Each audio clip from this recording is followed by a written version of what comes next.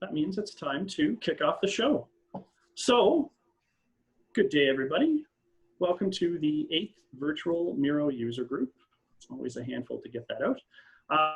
As always, we have a couple of quick housekeeping items before we go into our regularly scheduled programming. And today's event is a pretty interactive event, so you'll hear less of Annie and I rambling on. Well, let's be honest, I'm the one who rambles, and Annie adds some good color. So we want to get to that as quick as we can. So number one, please mute your microphones during the presentation unless you are asked to speak or speaking actively. If you do forget to leave it on, please do something incredibly embarrassing so we can all have a good laugh, and then we'll get you to shut it off after that. We have a great speaker today, and as Kiron gets set up to do that, we don't want to limit everybody to being stuck behind their muted mic. So we have a spot on the board, which we'll get to in a second, where you can ask questions. You can also ask questions in the Zoom chat, and we will make sure that those questions make it into the Miro board and get asked of Kiron so we can get you some answers. And we don't have to wait for a question period for that. You could start asking questions immediately using that spot in the Miro board. And since you're at your home office, your work, I don't think we need to let you know where the emergency exits and bathrooms are. You guys know where all those are. So make sure you have an exit plan in case your chicken fingers in the oven are getting burnt because you forgot about them. And I'm hungry, could you tell? So go grab whatever drinks or water, anything like that that you need. We'll get the show on the road. And so just before we introduce our speaker, Kiron, I just wanted to first give a big hello and thank you to Natalie Lorino. She's Miro's community events coordinator. Natalie's been working with us to help get these user group events up and running, and she's been absolutely fantastic support for us. Can you say hi for us, Natalie? Hello, everyone. Hope everyone's having a nice day or evening or afternoon, wherever you are, and thanks for being here. Yes, and Natalie just recently evicted a bee from her room, so I'm sure that's an exciting story we can hear about. It was actually a fly. I found out it was just a fly. I was just being dramatic, but it was still quite the perilous task nonetheless. And she's colorblind, possibly, so we'll see about that. We also want to give a shout out to Brittany Koshera. She is Miro's community marketing manager, and she's been a big help to kick this whole events and community off. So hello, Brittany, wherever you are. We hope to see you soon. I'm also very pleased to be co-hosting once again tonight with Annie McLeod. Can you say hi for us, Annie? Hello. She is like me, a fellow user group leader. And so Annie and I have worked together for 15 years. My name is John White.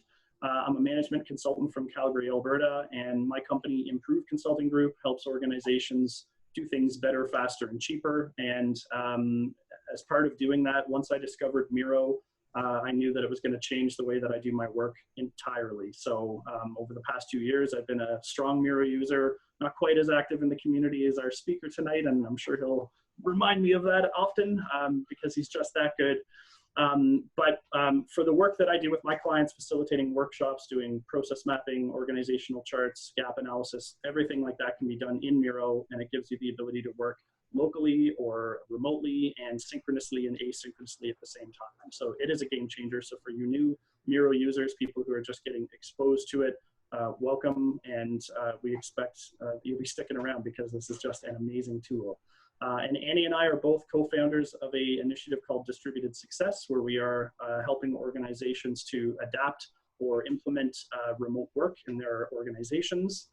We want to align people around their culture, create processes that work effectively, and look into making sure that the processes align with the organization and that they're getting the results that they need. So we use Miro in that initiative as well as a key tool for both remote and local teams. And it's pretty neat. So I thought maybe Annie could introduce herself next and then take us through a brief agenda for today. And unmute herself.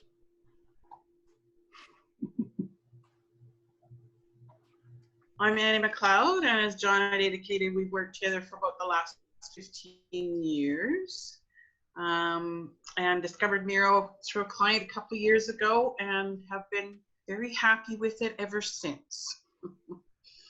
So I think basically our agenda for today is going to be, we're going to do a brief icebreaker here to show folks, kind of get your little navigation skills going, get your fingers warmed up. And then we're going to move into a series of exercises that Kiron's going to facilitate along with John and Natalie and myself. So after we have the unveiling, we're going to use breakout rooms in Zoom to do these different activities, and then share with you some of the outputs from those. That Kiron's got a lot of ways of describing and showing the impact of these from an Agile perspective. So shall we get started on the icebreaker? I believe so, yeah. And for those, again, once of you who are new, just up on my screen right now are the pro tips. There's some easy functions to duplicate, to do some voting. We won't use that function today, but it's a great function within Miro. Pointer versus pan, which is selecting your hand tool or the mouse pointer tool, as you can see I'm doing on my shared screen right now. It's good for not moving objects and just navigating around the board when you have the hand. And then undo, which is my favorite button. I'm always messing things up and clicking what I'm not supposed to. So Control Z or Command Z, or if you do end up moving something on the board, then you can click, there's usually an undo button right up at the top here that you can correct your work. And so, yeah, let's walk them through the icebreaker, Annie. Yeah, so basically you'll see in that icebreaker section where we've got hello, that we've got stickies here.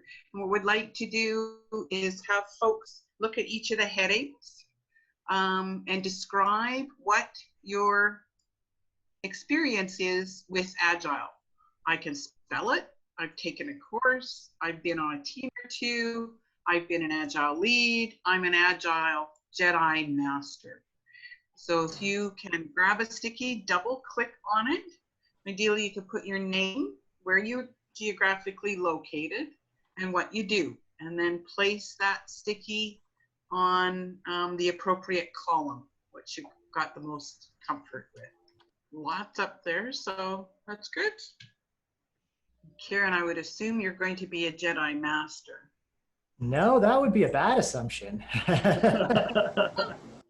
That would be a bad assumption. I'm actually like, see, that's part of my hidden strategy here. Anybody that puts themselves clearly over that line is setting themselves up for me to start to ask them questions or maybe take over some of the exercises so that I can fulfill my life dreams to be a lazy person.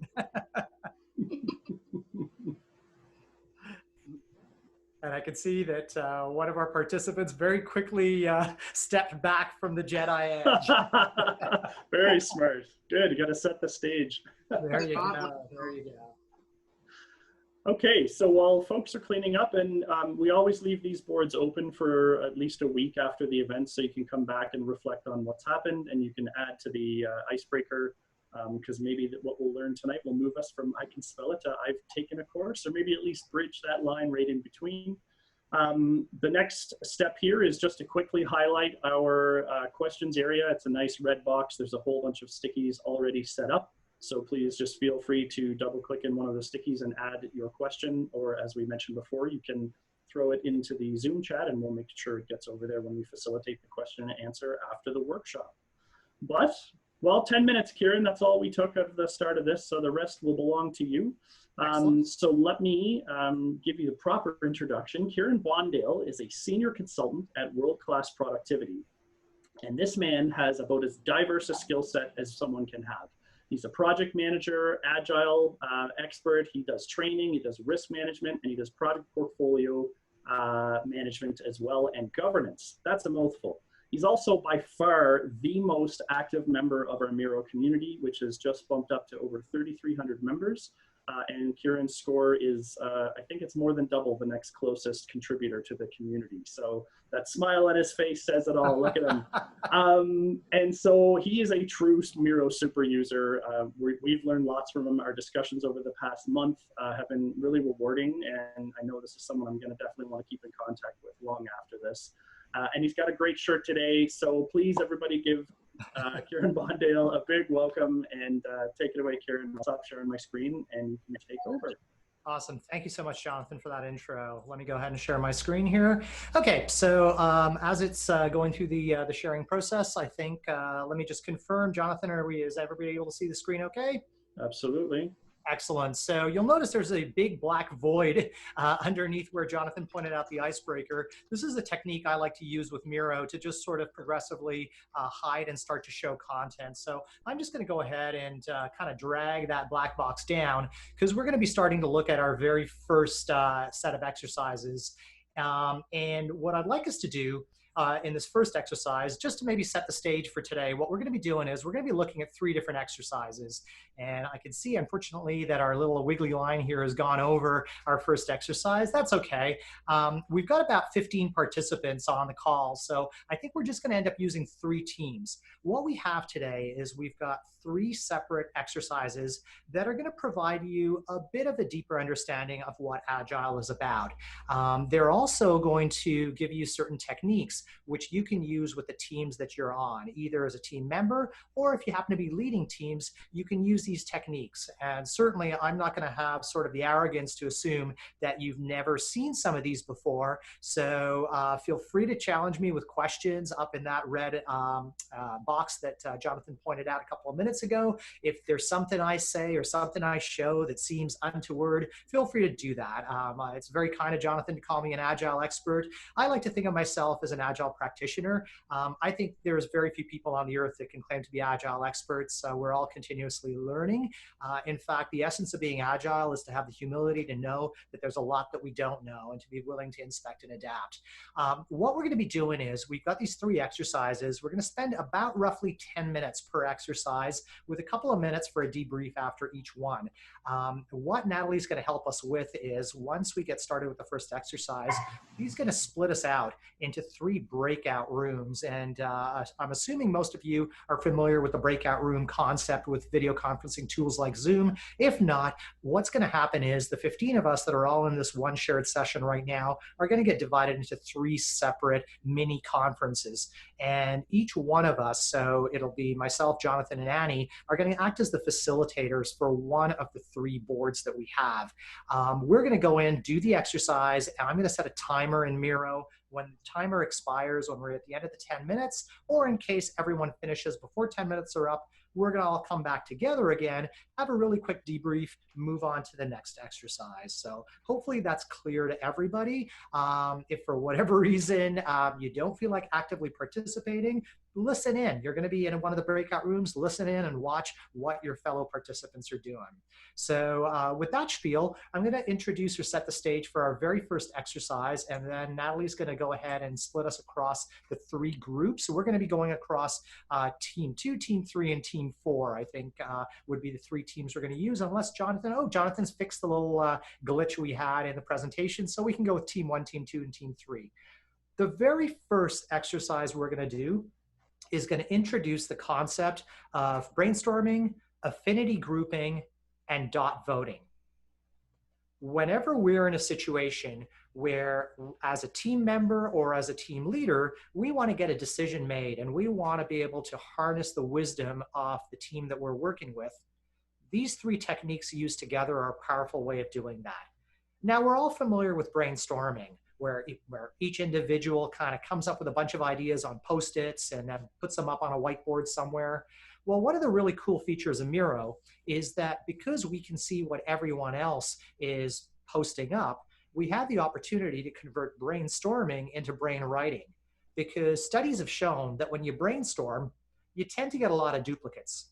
But if I'm seeing what other people have put up on the board, that might spawn some new ideas. It might help me to dig deeper.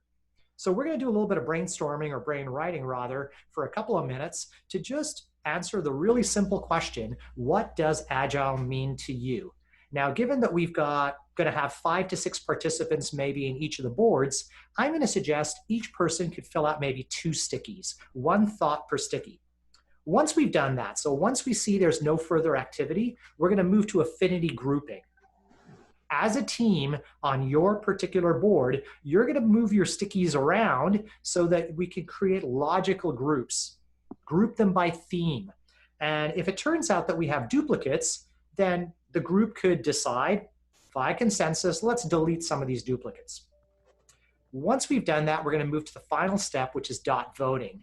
You could see the little dots that we've got in the lower left corner of each of the boards. each person is going to grab 3 dots and they're going to allocate them across the stickies. Whichever are the ideas around Agile that resonate the most, you're going to allocate your dots to those stickies. That's going to help us prioritize, determine what is the wisdom of the group? What do we think Agile means as a group? You could put 3 sticky or 3 dots on one sticky, or you could allocate your 3 dots across 3 different stickies. And when you're in the breakout rooms, feel free to go off mute. We've got a fairly small group, 5 or 6 people in every breakout room. Absolutely. Want to make sure that folks feel comfortable speaking to one another, asking questions, that kind of a thing. Go ahead and grab a couple of stickies and let me know what Agile means to you. Looks like we've got somebody named Trey Team who's who's also marking up our board. So I don't know if that's someone in the wrong It's board. probably me, actually. Oh, okay. Good stuff. Yeah. I was wondering who that was. Wasn't sure if we were getting like Miro bombed or something. Oh no. I think I'm signed in on my Miro account. Oh, awesome. Okay, give it maybe another minute or so to get all the ideas from the group, and then we can move on to affinity grouping. Take a look at what everyone else has come up with, and that might kind of spawn some additional ideas for you. Okay, it looks like we've kind of got a stable set of stickies now. Does anybody have anything else they'd like to add, or are we ready to move on to the next step? If you want to add anything else, just shout out, let me know. Okay, what I'm going to suggest now is that we move to affinity grouping. So affinity grouping, what I'd like all of you to do is take a look at the stickies that everyone has created, and I want you to work together to kind of group them into logical buckets. So sort of move stickies that are kind of a common theme together. If they're identical, you can stick one on top of another. If they're sort of about the same or close enough, put them side by side that way. That way we can sort of come up with the logical themes. And I'm going to do a little bit of housekeeping and get rid of all these blank ones so that we have a nice uncluttered board. That's kind of the little OCD part of me kicking in there. Oh, thanks, Ed. That's great. So go ahead and group them into some logical groups. So what we're going to be doing now, is everyone, first I want to make sure, is everyone comfortable with where the stickies are? Let's make sure, because everyone, as we were kind of doing them sort of independently, I want to make sure that there's kind of a consensus that you're happy where they belong. If not, great opportunity to have a really quick discussion about that. Feel free to unmute and kind of share why you're not necessarily thrilled with where one of the stickies is. I don't think I understand this grouping. Yeah. Okay, yeah, that's a great comment, Ed. So definitely team shows up in 3 of the stickies, but we've kind of got learning, which is a little bit of an outlier. You got kind of fun, and there's another learning. So there might be a couple that are kind of more learning oriented, and the fun one is sort of its own kind of individual thought. Would it be okay to put the learning ones with this experimentation and scientific method, because isn't that about learning as well? Would you guys be okay with that? Yeah, I think I'm good with that. I mean, I think as part of inspecting and adapting, I think you do learn through that process, and that's kind of the scientific method. I think that makes a lot of sense. Learning. And then having fun, what do we want to keep that with sort of the team? Because what we see there is things like empowerment and collaboration and communication, but is fun its own separate thing, or are we comfortable having it there? Kind of like its own separate thing, I think. I guess it depends what the intent when that was written was, because to me, I could see it being part of that if it's as a team we're having fun, but otherwise, maybe it is more in that like working in a sustainable way, depending what the original intent was. Yeah, so that's the only sticky that I came up with, and where I was really going with that was actually both the team and individuals on the team really enjoying the work they're doing, enjoying the interactions with one another, feeling they're being the best that they can be that way. So given that context, where do the rest of you sort of think it belongs? think team collaboration then kind of is a good nest for it.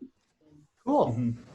Cool. Okay, so we got kind of 4 logical groupings here. What I'd like you all to do now is grab 3 dots, and you could start to allocate them or drop them on top of the sticky. So the individual stickies as opposed to the groupings, the individual sticky that is the most meaningful to you, that really resonates. You can put 3 dots on one sticky, or you can allocate 3 dots to 3 different stickies, or 2 on one and 1 on the other, entirely up to you. So grab a color that nobody's used yet and use that one for myself. Lots of great choices here. Wow. This is going to be a tough one. See, this is really interesting. We got helping others to learn and find better ways of working. We had uncovering better ways of working. So it looks like we might have a little bit of a shared idea there.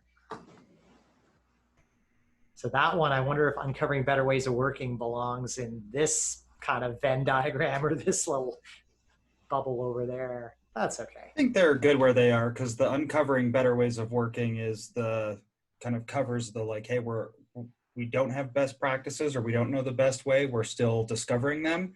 Whereas the other one seems more focused on helping others to learn to do that, which is, while they are maybe pivots, they're, I think, different enough concepts. That's fair. Yeah. Yeah, I could definitely see that. So I'd say, based on the votes, our number 1 is true team collaboration, which is awesome. I like to see something where we're focusing on the team and highlighting the importance of that for Agile. I'm going to zoom out for a moment and see how our other teams are doing right now. Looks like team 2 is busy voting. Team 3 looks like they've actually completed their voting. Excellent. So, alrighty, everyone is slowly, it looks like, getting back to joining us here. I think I'll give everyone a minute or so to get back into the main session, and then we can kind of do a really quick debrief, I think, on what we came up with. Alrighty, looks like I think we're slowly but surely getting our quorum back again. Let's take a look at what we came up with. So hopefully it was a fun exercise for all 3 teams. Certainly looks like all 3 teams were highly engaged. So I'm going to start off with team 3. Annie, was that the team that you were supporting? Yes, it is. Excellent. So let's take a look at what the top 2 ideas were that the team settled on. The first, though, the item that seemed to have garnered the greatest number of votes was development is more customer focused. Yeah, that's awesome. I mean, sometimes with traditional delivery approaches, we tend to lose sight about who we're actually building our products and services for. We want to make sure that we're customer centric, we're delivering value through the eyes of our customer. And then collaboration, yeah, that's so important. Collaboration is when you've got a group of people that the whole is more than just the sum of the parts. When we're just cooperating, when we're just sort of a team of individuals, we're just sort of creating something that could be the sum of our individual skills and capabilities. But true collaboration is creating something emergent, and that's what we see in real Agile teams. So a couple of great suggestions from team 3. Let's take a look now at team 2. Team 2, and that one I believe was Jonathan, you were supporting that team? Correct. Excellent. So we have a bit of a tie for second place, but the top one was more client involvement while the project is progressing. Yeah, that's so critical. I mean, if we're in that situation where we're at arm's length from the client, maybe we only see them at the very beginning of a project, we see them at the end, there's that opportunity to lose track of what's important to them, and also not having that opportunity to show them what they're actually getting at the end of the day. So hard to have feedback loops if we don't have an engaged clients. So that's really key. I'll just pick one of the ones that garnered a couple of votes. Collaborative and transparent approach. Yeah, I mean, that's beautiful. It's that collaboration, but I really like the ability to succeed or fail fast in development. I mean, I'm definitely a fan of succeed fast. No one wants to fail fast, but let's figure out paths that are not going to work for us and quickly come to that conclusion so we can focus on getting better and succeeding sooner. And then for the group that I was facilitating, we came up with one as our top one, which was the true team collaboration. So it's really great to see that all three teams came up with collaboration as being one of the top ideas.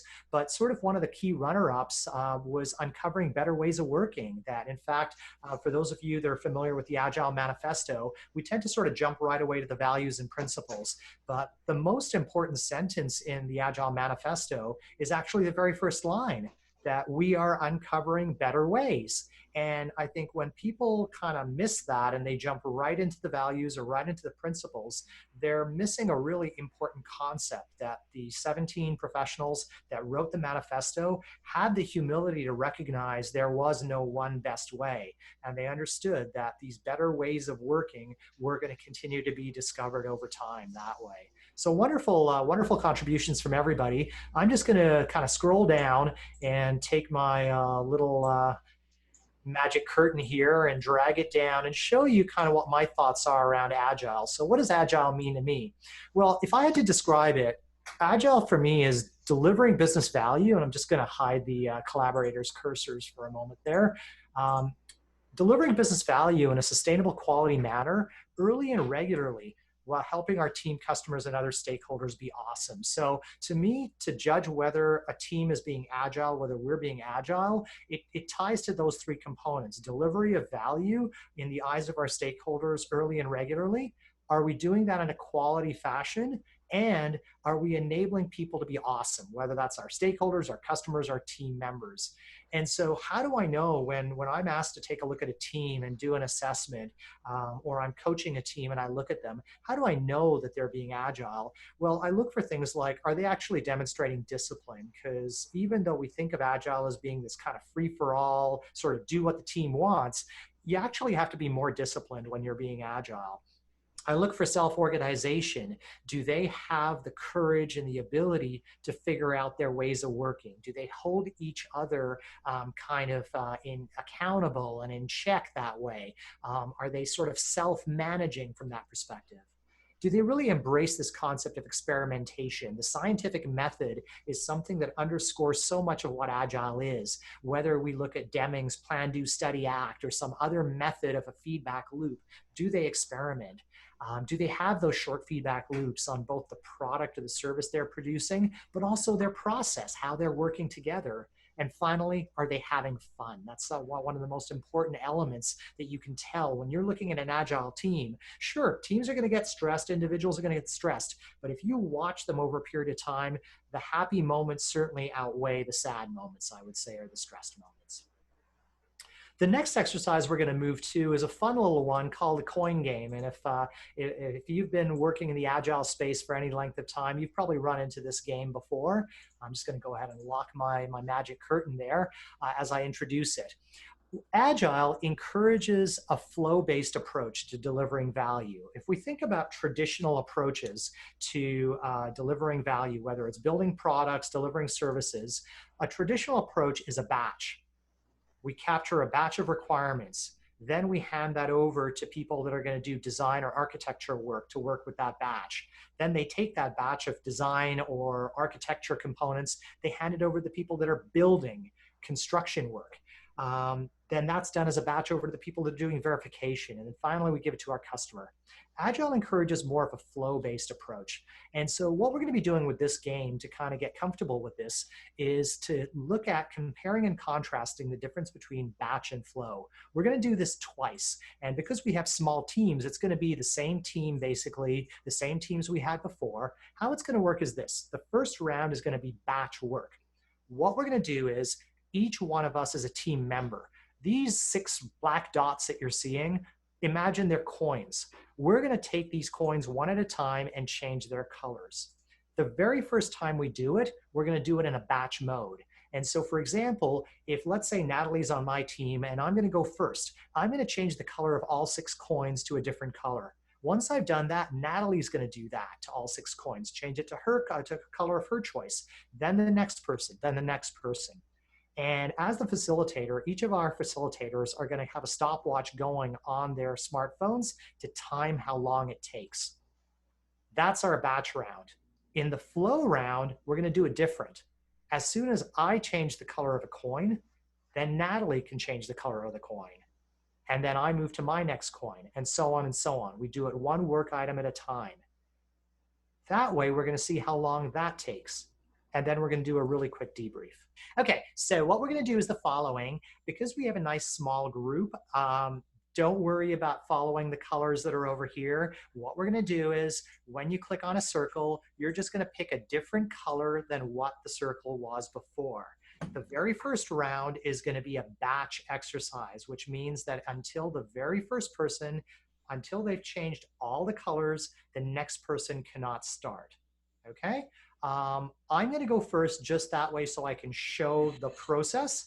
And we're only allowed to change the color of one coin at a time. So you can't sort of select all of the coins in one shot and change them. That would be cheating.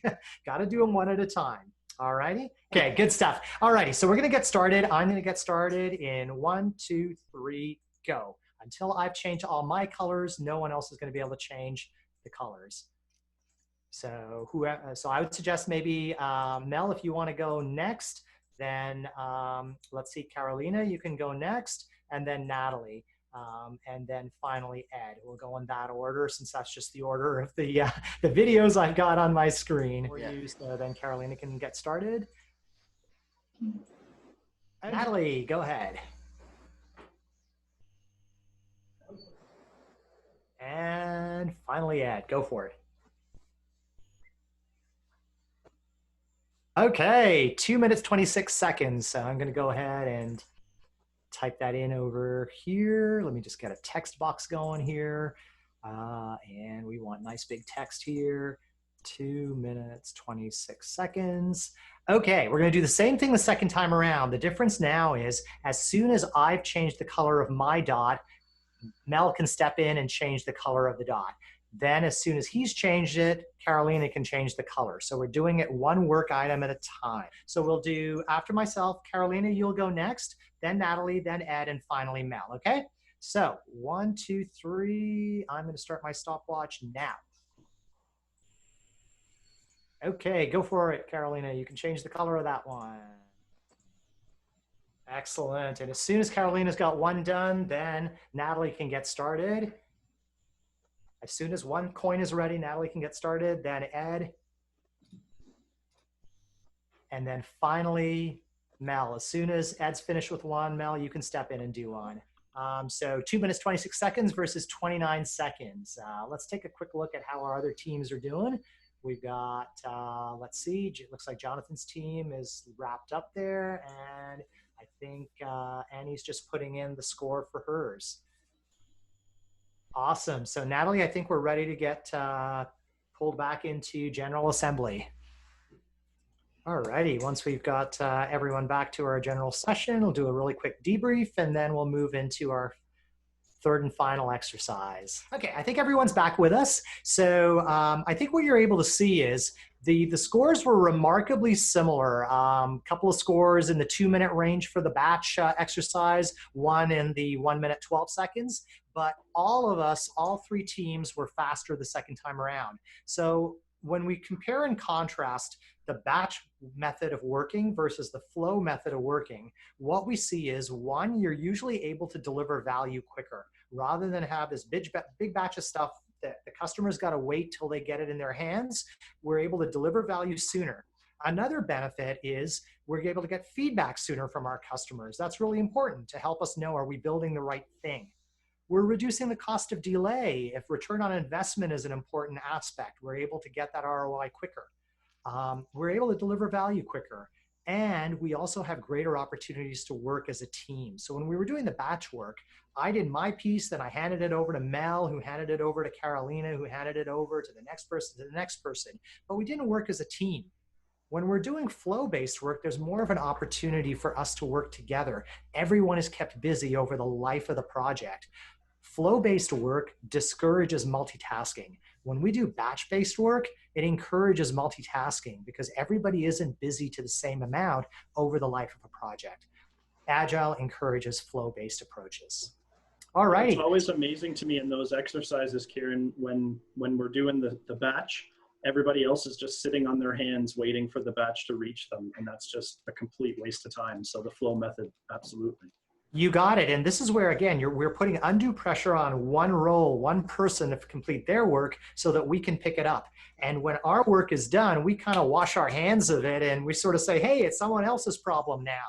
When we're doing flow-based work, we're working as a team together. Much greater opportunity for collaboration. All righty. Our third and final exercise is going to be introducing the concept of relative sizing. Relative sizing is a different way of being able to estimate how big work is. When we do estimation in traditional projects, we do it in terms of things like hours or dollars, and we estimate each item individually. Each activity, each work package is done individually. Agile gives us an opportunity or gives us an alternative, which is known as relative sizing. Relative sizing is saying, let me compare one work item against another. Which one is bigger, which one is smaller, and by how much?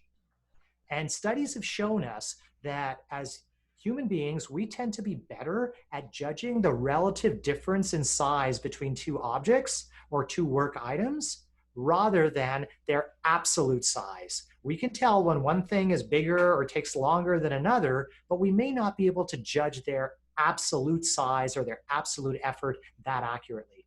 So we're going to do a fun little exercise. This one should take us 2 or 3 minutes again. What we're going to do as a team is, you'll notice to the left of this interesting arc that I have, we've got a whole bunch of ingredients. And I'm in the Eastern time zone, so it's getting close to dinner time for me, and I'm getting hungry looking at these. We're going to be making a team salad, and we've got our teams of 4 or 5 people. We're going to make a team salad. We've got a whole bunch of ingredients here. We got red onions, cucumbers, eggs, avocados, bacon, whole bunch of ingredients. What I want us to do as a team is we're going to discuss each of these items and decide how much effort will they take us to prepare to put into a salad. And we're going to align them, or we're going to organize them and drag and drop them along this line from the least effort to prepare for a salad to the most effort. This is an example of relative sizing. We don't care if one item takes 5 minutes and another is 10 minutes. We just want to know that one work item takes more time than the other.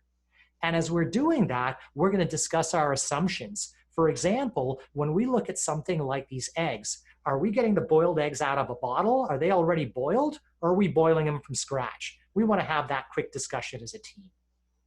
All righty, if there's no questions, we're going to head off to our breakout rooms. And then, so as I explained, the exercise is going to be, and we just have a couple of minutes to do the exercise. We want to organize these ingredients from least effort to most effort along that blue colored arc. You're just going to drag and drop them over. But the important thing is to have a discussion as a group. So we're all on the same page about how are we preparing these ingredients? What format are we getting them in when we dump them into the salad, to make it clear why one would take more effort or less effort than the other. So go ahead and get started. I'm just going to be sort of a silent observer on this. Natural assumption would be we have raw ingredients, so we need to prepare them fully. But is that okay? What we want to? Is that where we want to be, or do we want to say we've bought hard-boiled eggs from the grocery store? We could go from scratch, because at least then everyone's on the same page. We're saying, okay, everything's raw. We have to bake the bread. Yeah. We have to boil the corn, boil the eggs. Next up is cucumber. Is that more or less effort than onions? Cucumber would be less. You just wash it and cut it. Onions, you have to peel them and chop them. Very good. But Yeah. would it- For example, Three. the olive came in a jar now, ready to eat, or No, we said that we'd work on a raw basis, that everything was raw. We didn't buy anything ready-made, including the bread. So eggs relative to the ones we have here, are they more or less effort? More, because we have to boil them. So yeah, that looks about right. All right. How about avocado? Less effort than the eggs. So the chicken, we'll take it that they're chicken breasts that we bought and then we've cooked them in the oven. So they're going to take longer. They're going to be 30 minutes or 40 minutes to cook. Yeah, and we've got to prep them, season them, maybe trim some fat off and stuff. Yeah. So I mean, that feels like the hardest for sure. Where did we wind up on this bacon? Does it belong here or is it here? I put the bacon and the eggs almost equal. That's a Yeah. lot of effort. Yeah, that would be a lot of effort. Okay, down to 5. Let's see if we can get the 5 done. We got this yellow pepper. You I think wash peppers it. are pretty easy. Yeah. I think Put it it's up. with easier than an onion. Yeah. Well, you have to take the pips out and or the seeds. The tomatoes are easy to wash and chop. And the Yeah. mushrooms, if you're not cooking them and putting them in as raw mushrooms, they're just clean them off and chew them, least effort. Mushrooms here? Mushrooms, are they? I think mushrooms are probably easier than And an onion. Hmm. if we're just doing them raw and chopping them. Okay, that's the one exception to the do it from scratch. They were a last minute thought, so somebody had to run out to the store and get them. Okay. How about the lettuce relative to the cucumber? Because with lettuce, you got to probably tear it. You might have to like rinse it off, spin it to get the water off. Yeah. Where's the glass of wine? Yeah, unfortunately no one. I didn't go for the dressing or what accompanies the salad there. Because Perfect. you're already on your second glass of wine as you're doing this cooking. There you go. Good stuff, Natalie. I think we're probably ready to get put back into the main group. All righty. Give it a minute or two for our remaining folks to join us. And we're pretty much there, pretty much wrapped up. Perfect. Okay, so this final exercise, again, the purpose was to show the benefits of relative sizing as a method of quickly understanding how much effort work items take. What's good about relative sizing is we do tend to be more accurate. It's easier to compare one item to another and say, this will take less effort, that'll take more effort as a team. It can be done fairly quickly. And you can redo it quickly, which is really important because Agile teams over the life of a project will likely refine their understanding of how big work items are over the life of the project as they get closer and closer to when they're going to actually complete a work item. It's also a lot of fun. There's many cool ways in which you can do relative sizing. You can t-shirt size, you can dog size, you can play planning poker. There's many ways to do it. And there's less fear associated with it because we're not talking about dollars or hours. There isn't that whole psychology about how's this going to be held against me or against our team that way. So that concludes the 3 exercises we had. Hopefully everyone found this fun. I'm going to turn it back over to Jonathan now to take us through the retrospective. Thank you, Kiron. That was great. A fun little exercise. I loved observing that everyone's salads were slightly different, and then not to be one-upped by the first group who put wine in there, we threw a picture of Cobb salad in ours. Yes, okay, so I just want to quickly, before we wrap things up, reflect on question period. And unfortunately, it's going to take us a little long, so Kiron, if we get some quick answers from you on some of these, that would be fantastic. The first one is, how does flow-based work apply to inconsistent duration or knowledge work? Yeah, that's actually a really great question. When you got flow-based work, it doesn't mean that you just get stuck on one work item to the exclusion of everything else. Work items can get blocked for a variety of reasons. Ideally, we're in a situation where our team has full control or the ability to complete a work item end to end. But if there's some sort of an external dependency and we need to reach out to a group and we don't know when they're going to get back in touch with us, or let's say for some reason we start to go down a rat hole or a rabbit hole with a particular work item, we can park that work item. We can say this one's blocked for some reason. We can maybe grab another one that way. So it is reasonable to block work items. What we do need to keep an eye on as a team, that we're not having too many blocked work items, because that is a common kind of anti-pattern that we see with Agile teams where they block a whole bunch of items and they're just continuing to grab new ones. We don't really want to be doing that. But flow, the nice thing about it is if you find yourself blocked on one, you grab the next one, work it through to completion, then revert back to the blocked one and see, hey, is whatever was causing it to be blocked, has it become unblocked? Once work is relative size, what do you do with it? Yeah, it's a great question. What we do is when we want to try to convert these sort of fictitious relative sizes back into real world numbers, we do that in an aggregate fashion. We do it across a bunch of work items. So an example of that is if we were doing t-shirt sizing and we had 10 work items that were small and 15 work items that were medium and 20 work items that were large, then we could apply some sort of a rule of thumb saying, well, a small is going to take us half a day of effort. A medium is 4 4 days of effort. A large is 2 weeks worth of effort. And you just do the maths, you multiply it out and you get a sense as to the aggregate effort. That's one of the key differences is rather than estimating each work item individually, we do it in aggregate, because when you look at it through the eyes of a customer doesn't care about one work item. They care about a release. They want to have some sort of a minimum business increment of value. And that's the beauty that we get when we do this relative sizing and then aggregate later on. We take that psychology out of the picture. Cool. Great. That's it, I think, for our 2 questions. Nice and quick, the way I like it, and fulsome responses too. So just a couple of last minute items to wrap things down. Number one is at the bottom of our board here, we have a little bit of a retrospective. We're always looking for feedback from our attendees. So there's a spot to put some accolades and talk about what you felt went well, what could be better, and what should come next. Also, as a follow-up from this session, you'll receive an email from the event site that will have a small assessment, ask you a few more similar questions. We really appreciate any information that you can share with us in terms of getting a retrospective on these events, because it does help us very much plan successful events in the future, and we have a big desire to keep on being successful. The 2 other worthy links here. Number one is the Miro community, and that's at community.miro.com. Please join the community. That's where you have to spot to ask questions, to learn about best practices, to see what other people are doing on the Miro boards. It's a fantastic place to get simple and complicated answer. I've seen some doozies up there that just drive great conversation. And as I mentioned at the kickoff, we're about 3,300 members, and we're really enjoying seeing that grow every day. The next is events.miro.com, the Miro community events page. Likely that's how many of you registered for this event. So you can go back there and check up on upcoming events, either in person, which aren't really happening right now, but might at some point, we are hoping.